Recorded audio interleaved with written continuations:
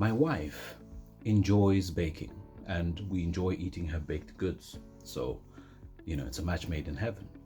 But, baking got me thinking that, there are different kind of ingredients that you put into a cake.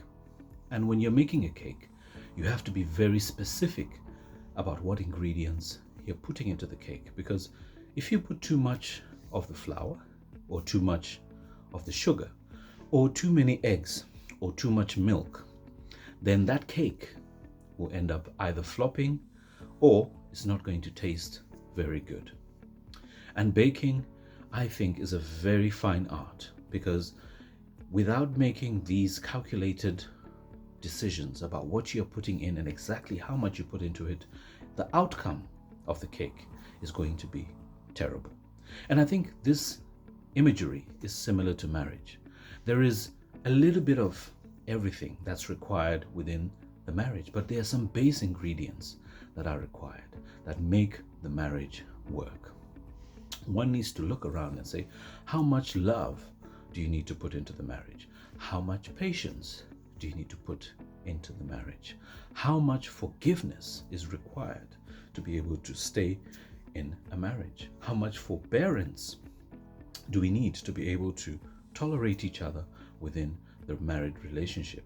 And there are so many other values that are quite important. Both of you need to come together, work hard, build. Building is an aspect of the marriage that is quite critical. You cannot have a successful marriage without both coming in as builders. It's an element that is important. So you look around and you see all these very interesting elements that are critical for a married relationship to be able to be successful. When you see people saying that they are married for 25 years, for 50 years, once you talk to them, you'll understand that there are certain ingredients that are important for the marriage to be able to last. The ones that don't have those ingredients are going to scatter and the marriage is going to be destroyed. So if we spend our time understanding what these qualities are, what these ingredients are, that in itself is going to help us to build a healthy and a happy relationship.